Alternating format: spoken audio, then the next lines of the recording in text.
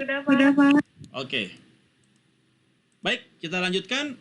Topik kita malam ini masuk ke chapter 24 mengenai options and corporate governance. Cita-cita kita di malam ini adalah untuk Anda memahami mengenai basic dari call and put options. Jadi masih menyambung dengan chapter 23 ya. Oke. Oke. Terkait dengan call and put options. A little bit more. Ya. Anda bisa mendetermine option payoff dan pricing. Kemudian memahami mengenai major determinants, apa yang mempengaruhi kepada option value. Memahami mengenai employee stock options. Memahami bagaimana perusahaan equity sebuah perusahaan dapat dilihat sebagai call option terhadap firm asset. Memahami bagaimana option valuation yang dapat digunakan di dalam capital budgeting, dan memahami terhadap warrant dan convertible securities dan bagaimana menentukan value-nya. Kita akan mempelajari mengenai basic dari option, fundamentalnya, bagaimana valuasi, ESOP, kemudian capital budgeting, dan corporate securities. Ada beberapa terminologi yang saya rasa Anda sudah dapetin dari sebelumnya, di mana ada opsi terminologinya, yaitu di dalam option yaitu call atau beli, put atau jual, strike atau eksekusi, execute, expiring date, masa habis berlaku ya, expired. Premium, ya ada premi di sini, bayar premi. Writer, kepada si pemilik ya, pemilik opsi, atau bukan pembeli ya, penjual opsi. American bond, American option, dan European option. Nah, contoh ada stock option quotation di sini.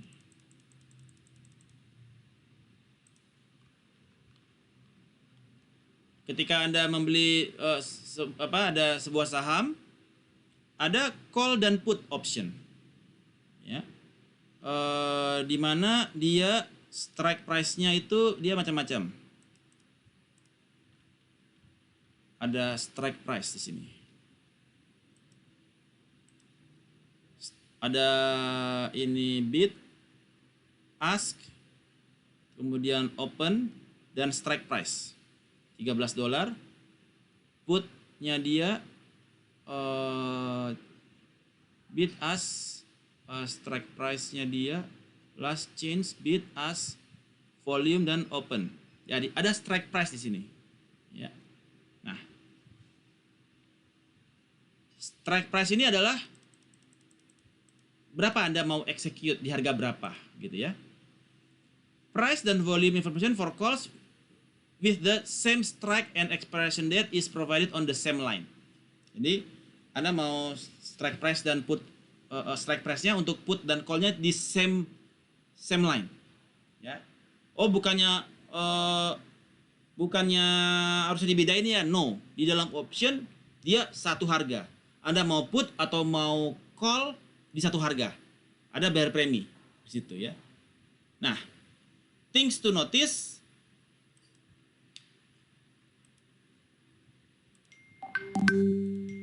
Price are higher for option with the same strike price but longer expiration.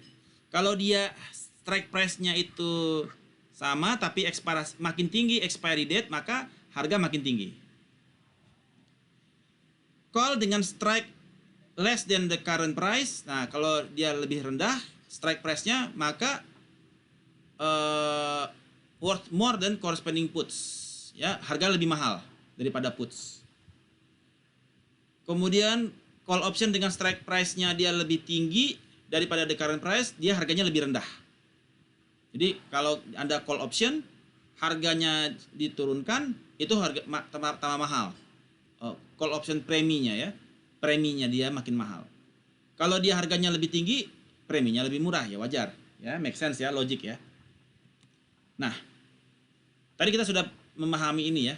Ketika kita melakukan execute exercise di 30, harganya di 50, maka kita cuan 20. Begitu kita exercise di 30, put, kita jual 30, harganya sekarang di 0, maka kita cuan 30. Ya.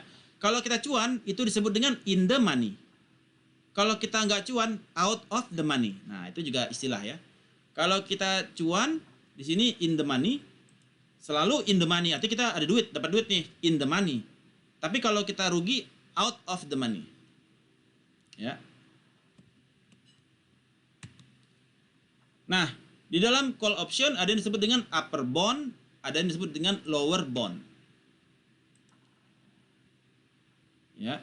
Upper bound di mana call price must be less. Jadi kalau kita exercise itu dia harganya less than the stock price. Kalau lower bound, call price must be greater than or equal to the stock price minus the exercise price, which greater. Ya, itu ada lower bound. Kalau dia dilanggar, maka akan ada kemungkinan arbitrage opportunity. Nah, ini untuk upper bound dan lower boundnya. Konsepnya sama kayak tadi ya. Kemudian in the money apabila kita dapat duit, disebut dengan in the money. Kalau kita cuan di atas 0. Kalau kita dapat duit more than 0, ya. Kalau kita if the call is in the money, maka dia kita cuannya sebesar the stock price dikurangi dengan exercise price. Kita dapetin cuannya. Yes, in the money. Yeah. If the call is worth something other than this, then there is arbitrage opportunities. Sementara kalau kita nggak cuan, disebut dengan out of the money. Yang nggak dapat duit, out of the money. Apa yang menentukan kepada option value? Pertama adalah stock price. Semakin tinggi harga saham, semakin meningkat harga saham, maka the call price semakin tinggi nih bayar preminya. Preminya naik, harga saham makin naik, maka the call price increases dan the put price decrease. Karena kalau kita harga saham naik, itu call price kita, premi kita dihargainya tetap misalkan ya, makin mahal tuh, harga naik. Dan put price dia turun, karena harga sahamnya naik. Artinya orang nggak bakal jual dong. Harga sahamnya naik kan put price-nya turun. Itu yang menentukan premi. Terus exercise price, semakin tinggi exercise price, maka preminya makin turun untuk call price. Dan put price dia makin naik untuk jual. Karena kalau exercise price-nya makin tinggi, maka put premiumnya dia makin mahal. Tapi untuk buy-nya makin turun. Ya nggak mungkin dong orang beli makin mahal belinya kan. Nah, logiknya begitu. Time to expiration, makin lama dia expire, maka makin mahal. Ya. Kemudian risk free rate. Semakin tinggi risk free rate, maka call price increase, maka call price makin naik dan put price bakal turun. Ya, risk free-nya makin naik, maka makin tinggi call option kita. Ya. Karena makin besar potensial kepada gain, potensial gainnya makin gede. Risk free-nya naik, kita harga exercise price-nya tetap makin mahal. Exercise price kita, premi kita. What about the variance? Okay, so far so good. Any questions? Any questions? Arasso? Capish?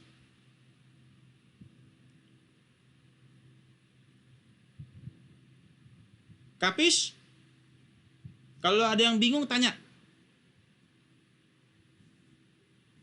Trihani?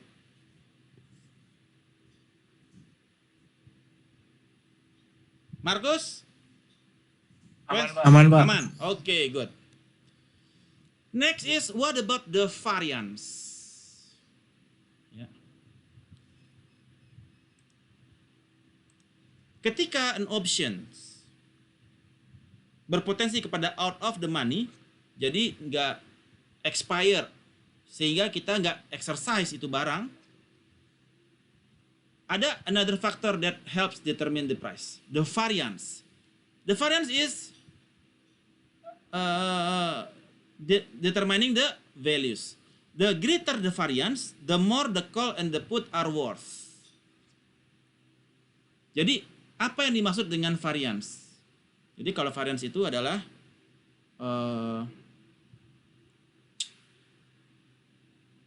akar dari nilai stoknya dia dikurangin rata-rata stok, ya, pangkat 2 ditambah stok, ini stoknya rata-rata ya, stok 1 ditambah stok 2 dikurangi stok rata-rata pangkat 2. Ini disebut dengan variance. Jadi semakin tinggi variance, maka semakin besar potensial gain atau potensial loss. Jadi semakin besar variance, maka potensial gain atau potensial loss makin besar dan berakibat kepada semakin besar pembayaran preminya. Nilai stok dikurangin stok rata-rata kuadrat ditambah stok ditambah dikurangi stok rata-rata kuadrat dan seterusnya. Jadi dia lihat secara harian. Jadi hari ini kira-kira berapa ini variance-nya. Jadi dia menghitung kepada potensial gain or loss-nya dia. Semakin besar variability kepada variance-nya, itu premium semakin mahal. Nah, kemudian berikutnya adalah employee stock options. Employee stock options adalah options yang diberikan kepada employees sebagai paket, kepada benefit package yang mereka terima. Bisa disebut masuk kepada bonus maupun incentives. Ya. Designed to align employee interest kepada stockholders interest and reduce agency problems. Apa yang dimaksud dengan agency problems? Ya, kita udah bahas kemarin-kemarin ya. Jadi supaya si pegawai itu keep their fokus kepada target yang diberikan perusahaan. Jadi kalau dia capai target dapat bonus, yaitu berupa employee stock options, di mana dia bisa membeli saham dengan harga lebih murah untuk saham perusahaan. Ya. Empirical evidence suggests that they do not work as well as anticipated due to the lack of diversification introduced into the employee portfolios. The stock is not worth as much to the employee as it is to an outside investors because of the lack of diversification. Kemudian equity, a call option. Equity can be viewed sebagai call option terhadap company asset. Ya, ketika perusahaan itu dia berhutang, ya, ada debt to equity swap. Ya, ada equity adalah a call option. Ada yang disebut dengan debt to equity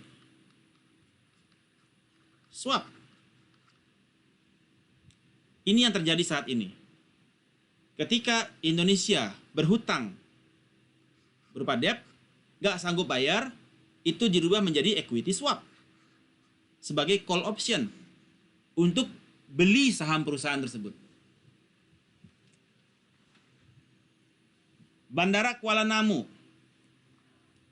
Indonesia misalkan berhutang, kemudian udahlah kita nggak sanggup bayar hutang, debt to equity swap aja. Jadi equity adalah call option. Ada eh, ada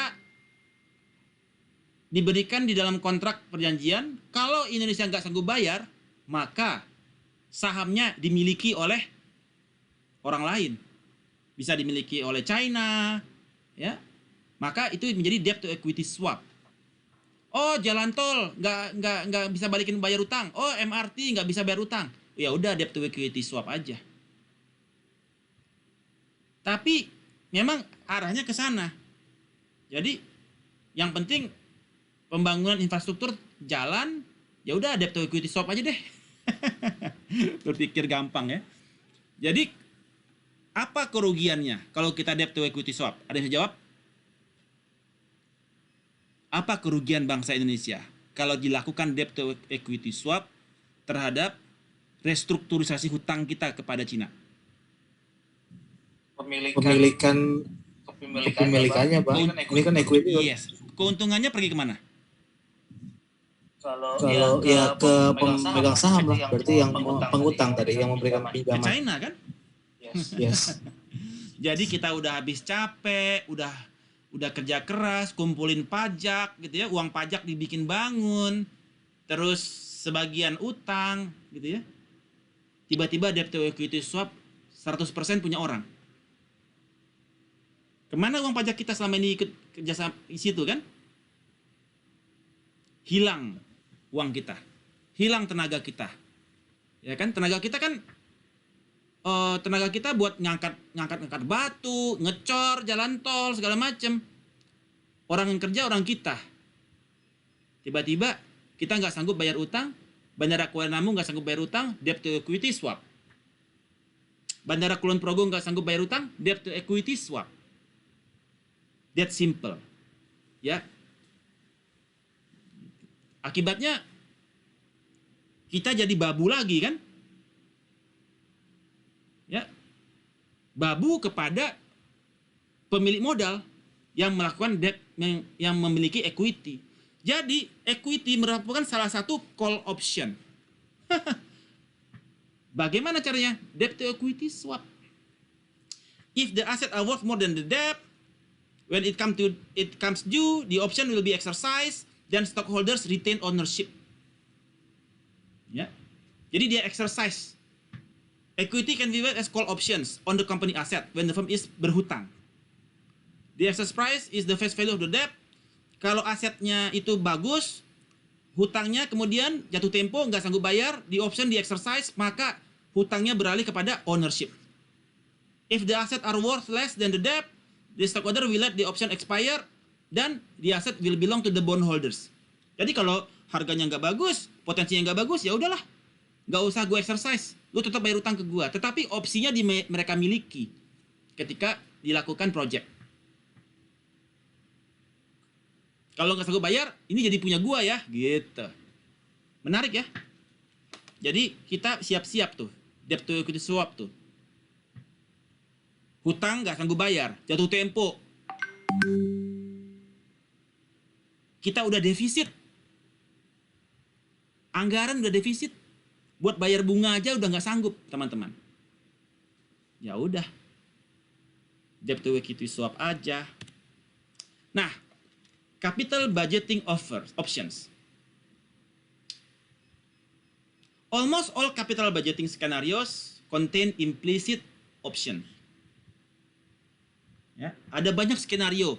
Mau debt to equity swap di sini, mau option apapun banyak di situ. Because options are valuable, they make the capital budgeting project worth more than it may appear. Kita sudah ada exit clause. Exit clause kita, ya udah debt to equity swap, exit clause. Ujung-ujungnya debt to equity swap. Ya. Duitnya ada. Ya itu, utang berubah kepada equity. Failure to account to this option can cause firms to reject goods project. Ya. Failure to account for these options, kalau kita nggak mempersiapkan opsi ini, bisa berakibat fatal. Kalau nggak sanggup bayar, ntar gimana? Negara kita dinyatakan bangkrut. Kayak Yunani, nggak bisa kan?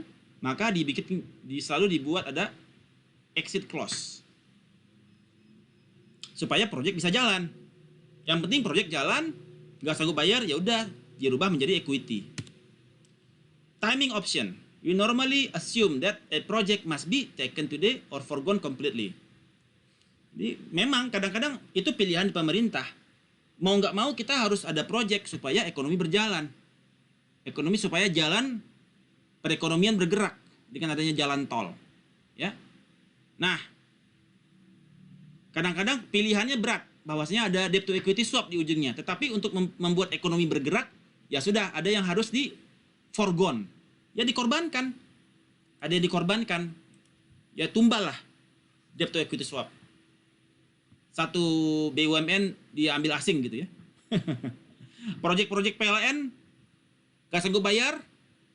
Untuk proyek PLTA-nya ya udah debt to equity swap. Akhirnya PLN sekarang dalam rangka ya udah siap-siap restrukturisasi, bisa-bisa debt to equity swap juga. Kemarin kita banyak banget tuh bikin proyek yang nilainya triliunan gak jelas gitu. Luar biasa. Almost all projects have the embed option to wait. Ya, Oke, we should examine the NPV. Pasti. Tetapi NPV hanya satu skenario. Ya, hati-hati. Hati-hati kalau Anda hanya bicara NPV. NPV hanya adalah satu skenario. Skenario bisa ribuan. Seberapa besar kemungkinan NPV ini muncul? Itu yang jadi pertanyaan. Karena semua proyek pasti NPV-nya positif kan? Makanya proyek jalan. Tetapi kenapa merugi? Karena NPV itu hanya satu skenario. Di luar skenario-skenario yang lain.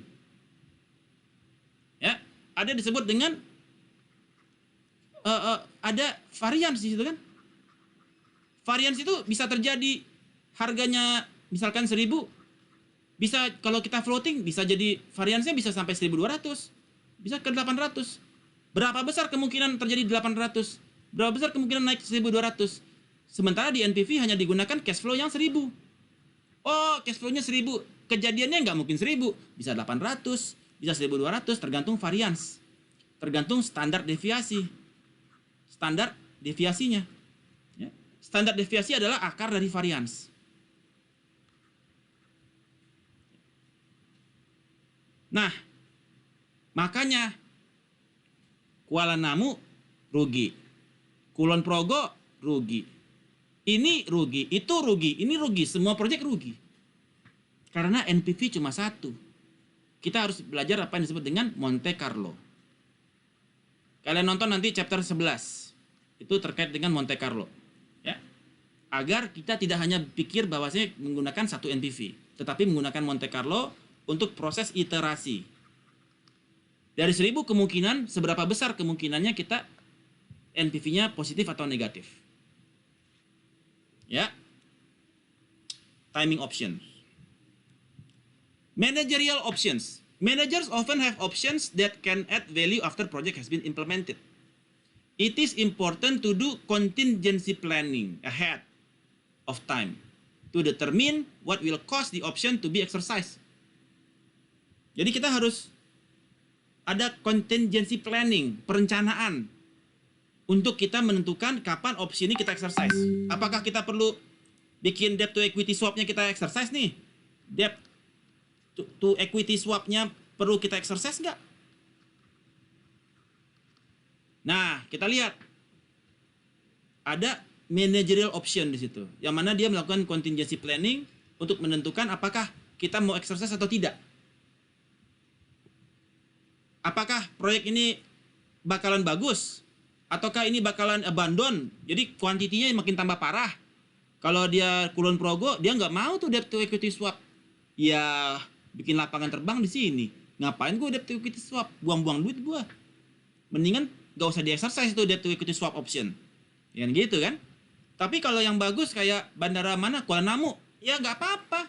Bagus tuh Kuala Namu tuh. Kita debt to equity swap deh. Waskita Karya, ya udah nggak apa-apa Waskita Karya, debt to equity swap. PLN, boleh.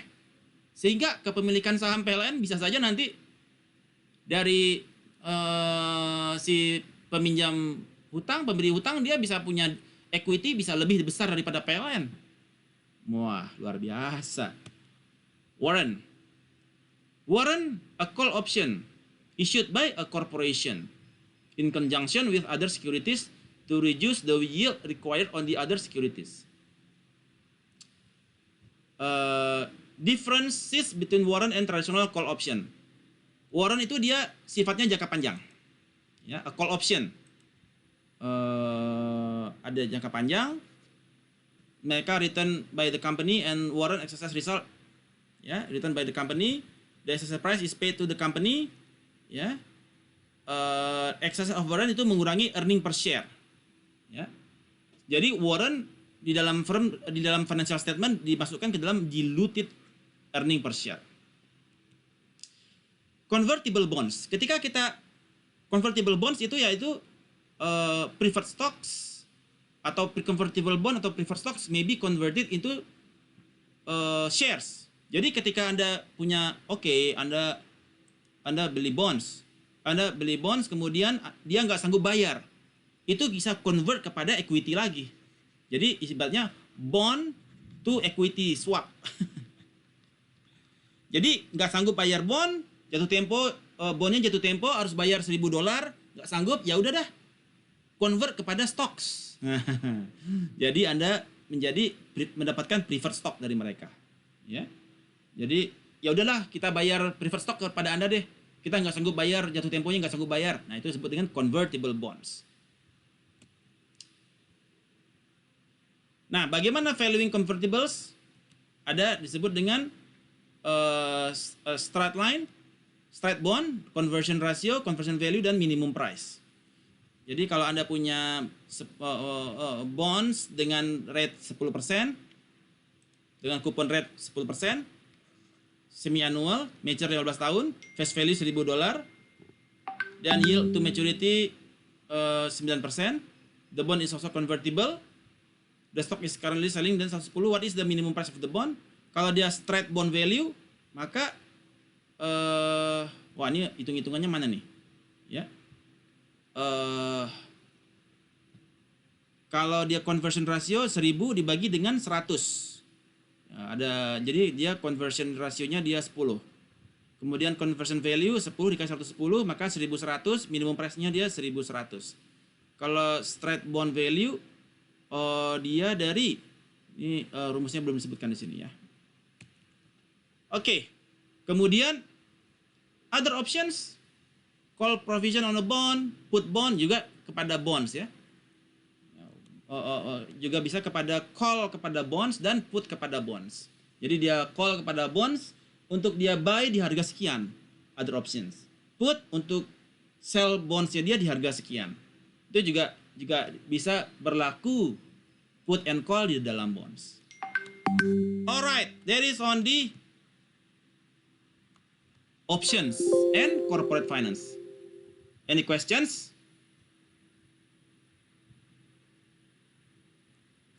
Arasa?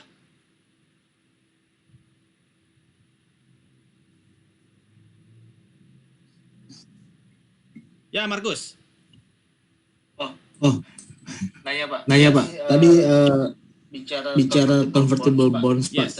Tadi kan mau bilang kalau misalnya katakan PT ABC dia issue bonds gitu ya.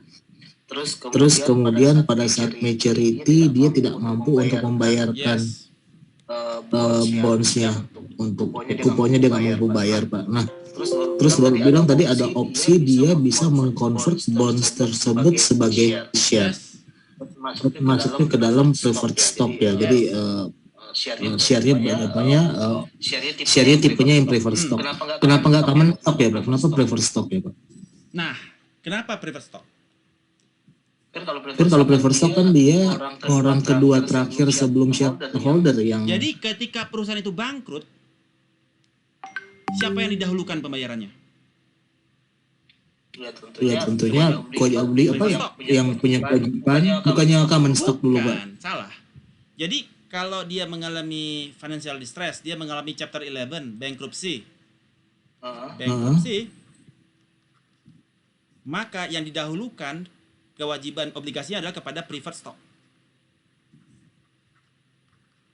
Sementara common stock terima sisa, bisa dapat bisa enggak.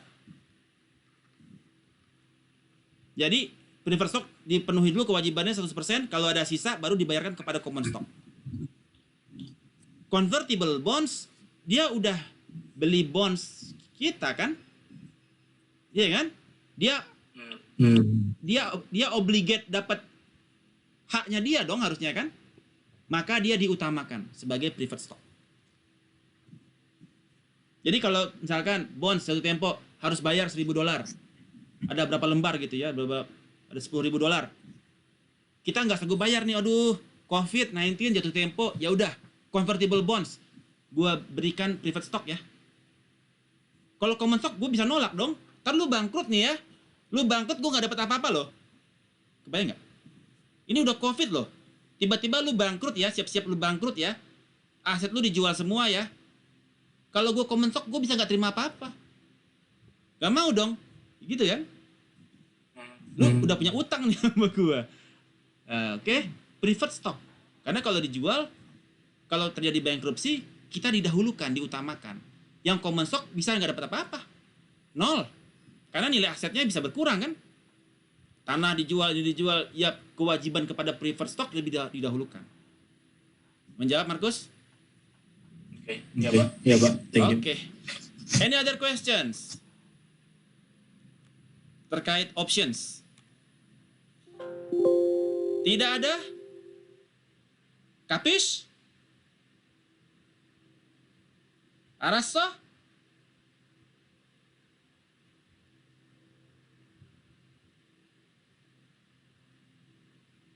Arasa? Masih pusing ya? Arasa?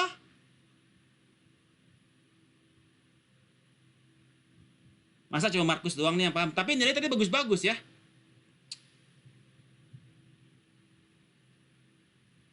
Oke, good. Oke, saya anggap semua sudah arasoyo ya. Baik, kita